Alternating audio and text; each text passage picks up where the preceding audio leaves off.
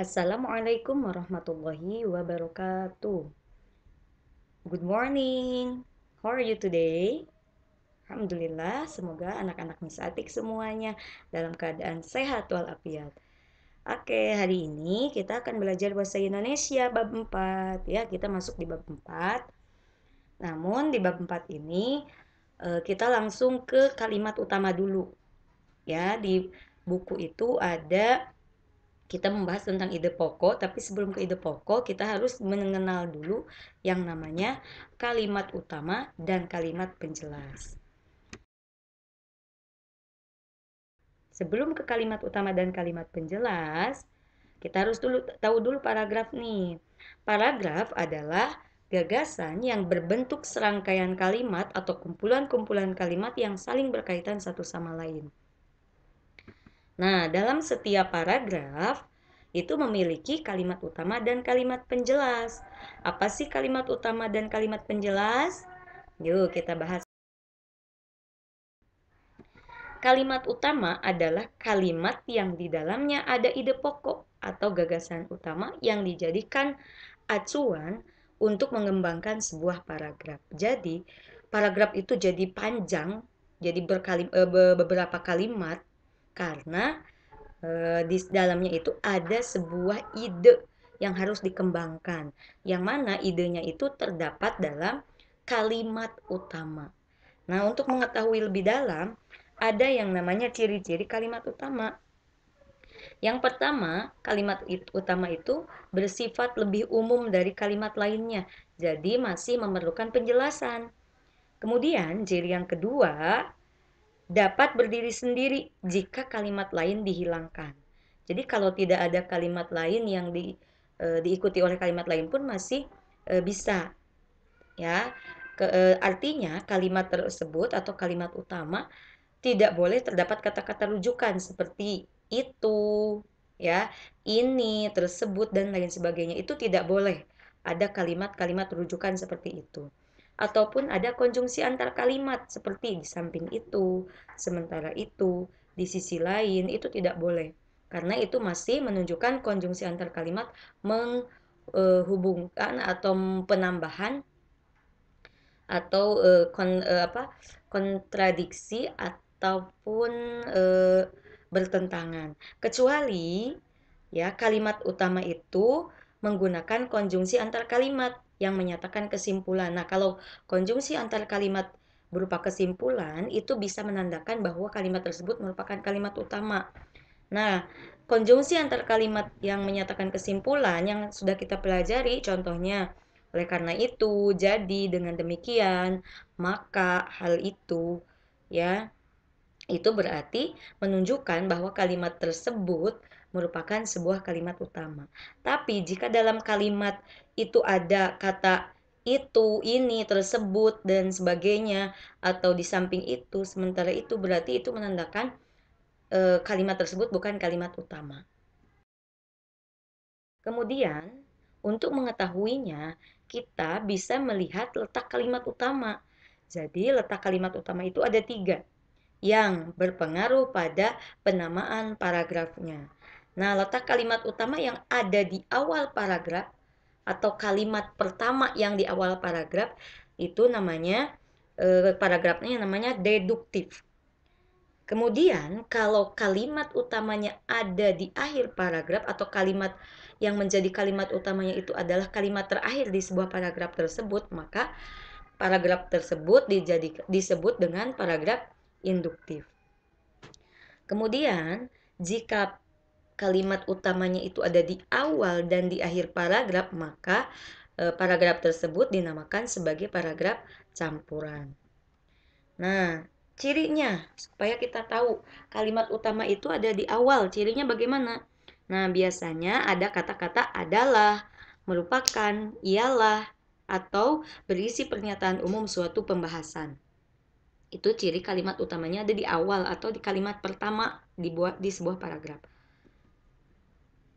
Kemudian, ciri kalimat utama yang di akhir paragraf biasanya menyatakan kesimpulan yang ditandai dengan tadi adanya konjungsi antar kalimat berupa kesimpulan seperti oleh karena itu, jadi, dengan demikian, maka dari itu, jadi, nah jadi, itulah.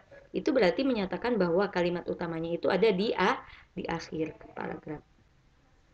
Kemudian, ciri kalimat utama yang ada di awal dan di akhir atau disebut dengan paragraf campuran, maka kalimat utama di awal itu berupa pernyataan umum dan di akhir biasanya ada kesimpulan.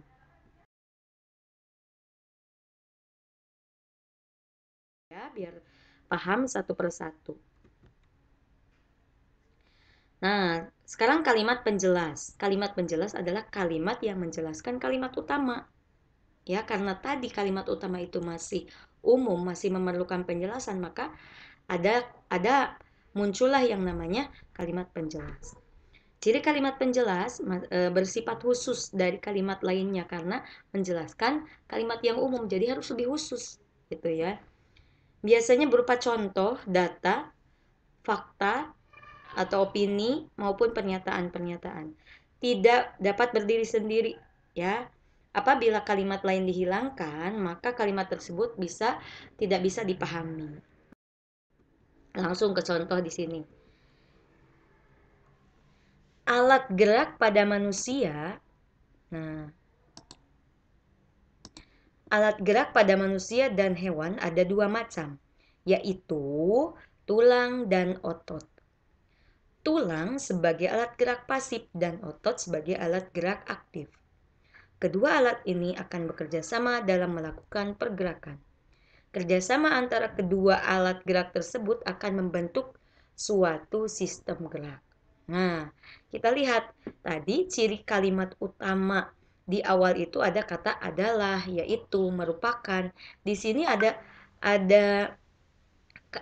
ciri-ciri tersebut tidak? Ada ya. Ya, ada ya. Di situ ada kata yaitu. Ya, ada kata yaitu. Berarti ini bisa dijadikan bahwa kalimat pertama yang ini sampai ini itu kalimat utama karena ada kata yaitu di awal kalimat pertama di paragraf. Ciri yang kedua, adanya pengulangan kata-kata atau adanya kata kunci yang direpetisi atau diulang. Di sini tadi tulang dan otot, alat gerak, tulang diulang-ulang, ya, alat gerak berulang-ulang, otot diulang-ulang, ya. Nah, di sini berarti yang ini, ya, ini kan yang pertama itu kalimat utama. Berarti setelah kalimat utama dari mulai tulang sampai sistem gerak ini namanya kalimat penjelas. Ya. Berarti ini kalimat utamanya ada di mana? Kalimat utamanya ada di awal paragraf. Ya, kalimat utamanya ada di awal paragraf. Kalau di awal paragraf, nama paragrafnya yaitu paragraf deduktif. Kemudian,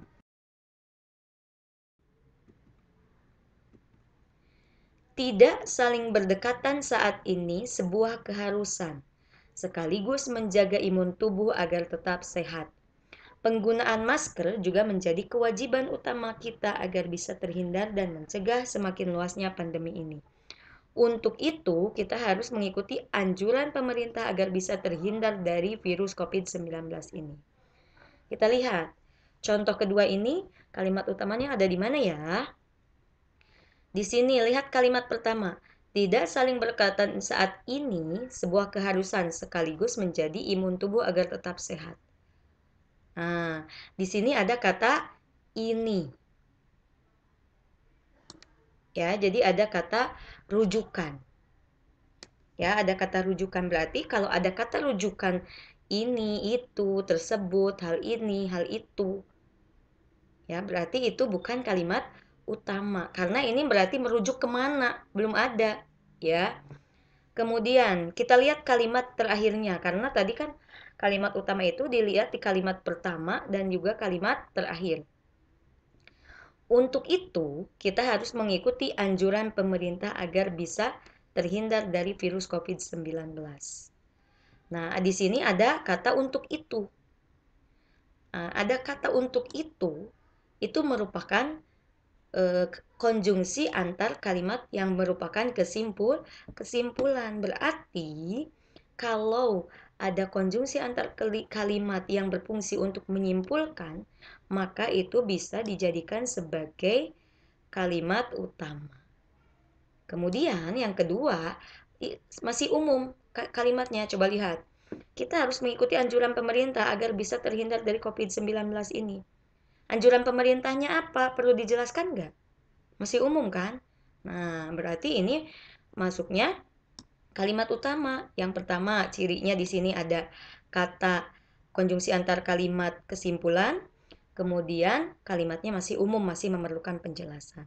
Jadi, di sini kalimat utamanya ada di akhir. Nah, kalau ada di akhir, berarti nama paragrafnya yaitu induktif. Nah, ini kan tadi dari untuk itu sampai COVID-19 ini namanya kalimat utama. Kalimat penjelasnya yang mana? Dari tidak sampai ini itu namanya kalimat penjelas. 3. Tidak terdapat sejumlah objek wisata yang bisa Anda kunjungi ketika berkunjung ke Kabupaten Bandung Barat.